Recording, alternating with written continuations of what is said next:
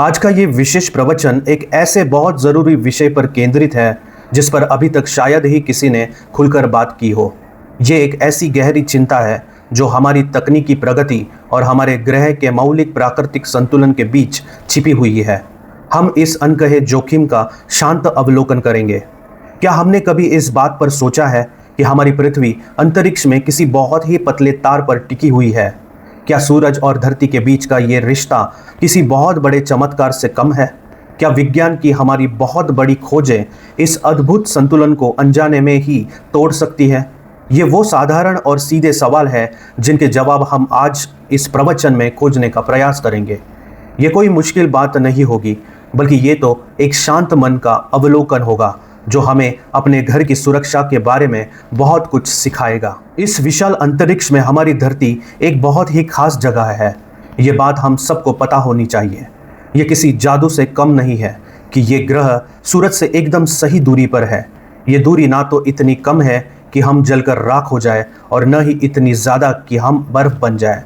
इस सही दूरी के कारण ही हमारी धरती पर पानी हमेशा तरल रूप में रहता है और इसी वजह से जीवन यहाँ चल रहा है। केवल दूरी ही नहीं, बल्कि हमारी पृथ्वी का अपने जगह पर घूमने का ढंग और सूरज का चक्कर लगाने की गति भी बहुत संतुलित है। ये दोनों गतियाँ मिलकर मौसम को बदलती है और धरती के वजन को सही जगह पर टिकाए रखती है।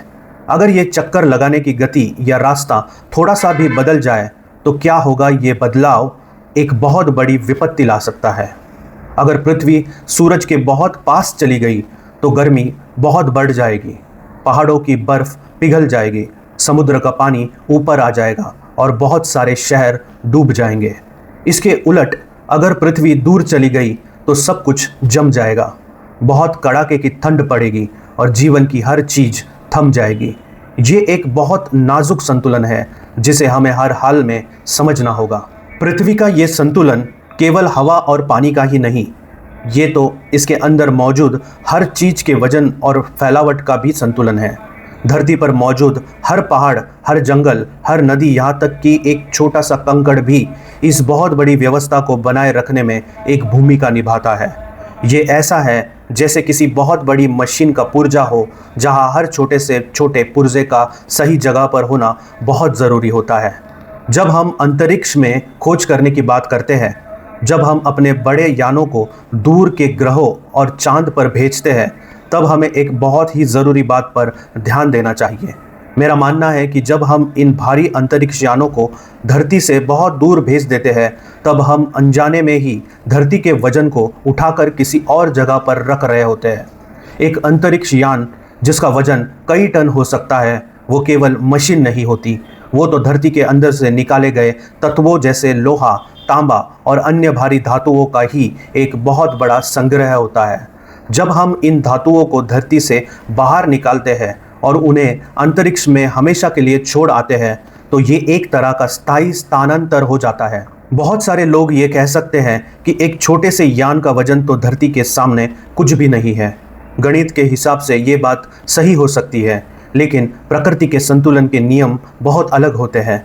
प्रकृति में एक छोटा सा बदलाव भी बहुत बड़ा असर डाल सकता है। ये ठीक वैसा है जैसे एक बहुत बड़े पहिए से अगर हम बार बार एक ही तरफ से थोड़ा थोड़ा वजन हटाते रहें, तो एक समय ऐसा आएगा जब उस पहिए का घूमना या उसका संतुलन बिगड़ जाएगा। इसी तरह जब हम धरती के भारी तत्वों को लगातार बाहर निकालते हैं और उन्हें वापस नहीं लाते, तो हम उसके घूमने के तरीके और उसके संतुलन को बहुत धीरे से प्रभावित कर रहे होते हैं। धरती का संतुलन केवल वजन का नहीं है, ये तो तत्वों के निरंतर घूमने फिरने पर टिका है। पानी का बार बार भाप बनना और बरसना, मिट्टी के पोषक तत्वों का बार बार पेड़ों में जाना, ये सब एक चक्र है। जब हम इन ज़रूरी तत्वों को धरती के वातावरण से बहुत दूर निकाल लेते हैं, तो हम इस प्राकृतिक चक्र को तोड़ रहे होते हैं। इस रुकावट का असर शायद आज तुरंत न दिखने लगे, लेकिन आगे जाकर ये बहुत बड़ी मुश्किल खड़ी कर सकता है। हमें अंतरिक्ष में तलाश करने को एक बहुत बड़ी जिम्मेदारी के साथ देखना चाहिए। ये केवल हमारी जिज्ञासा को शांत करने का तरीका नहीं होना चाहिए, बल्कि ये तो ऐसा काम होना चाहिए जो धरती के जीवन को खतरे में न डाले। अंतरिक्ष की खोज बहुत ज़रूरी है, लेकिन इसे समझदारी और जिम्मेदारी से करना चाहिए। कल्पना कीजिए कि हमने मंगल पर एक बहुत बड़ा ठिकाना बना लिया, लेकिन इस दौरान धरती का संतुलन बिगड़ गया, यहाँ का मौसम खराब हो गया और जीवन मुश्किल हो गया। क्या वो मंगल पर मिली सफलता हमें कोई सच्ची खुशी देगी? बहुत कम ऐसा लगता है। असली समझदारी तो यही है कि पहले अपने घर को सुरक्षित करो और फिर बाहर की दुनिया की खोज में निकलो।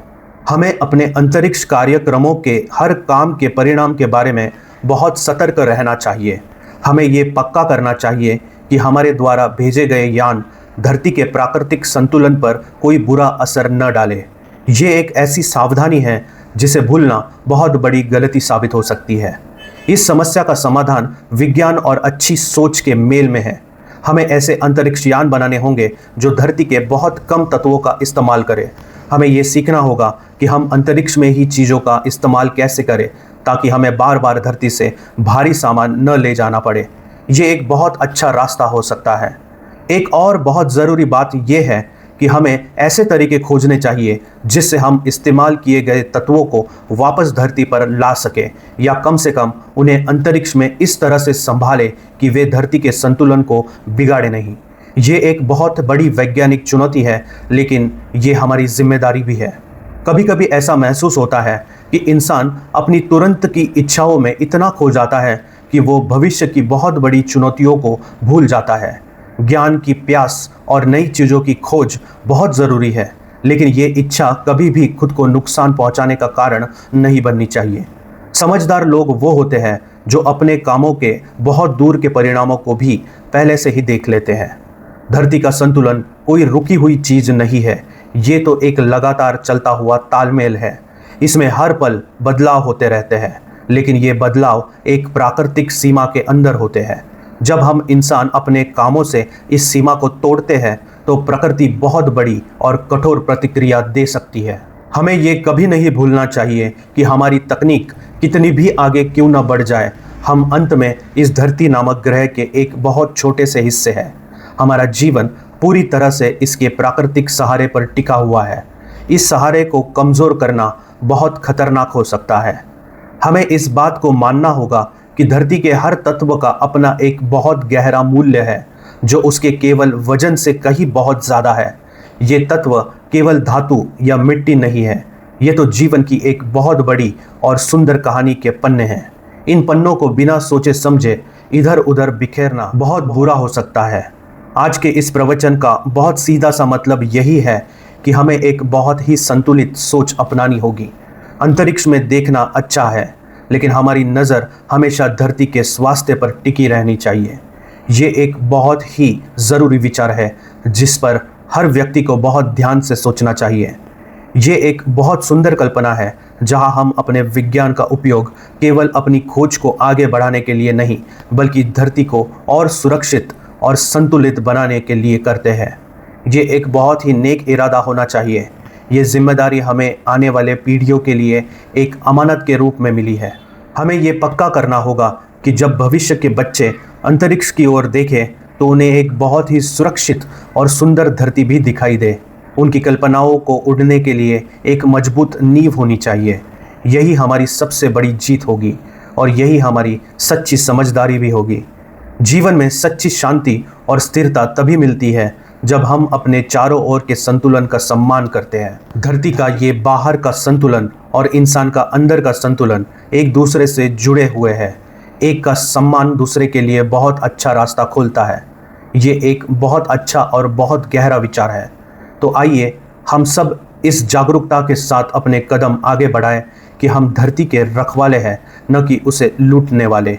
ये बहुत बड़ी जिम्मेदारी है जिसे निभाने में ही इंसानियत का सच्चा भला हो सकता है। इस बहुत अच्छे विचार को हमें कभी नहीं भूलना चाहिए। मिगांत।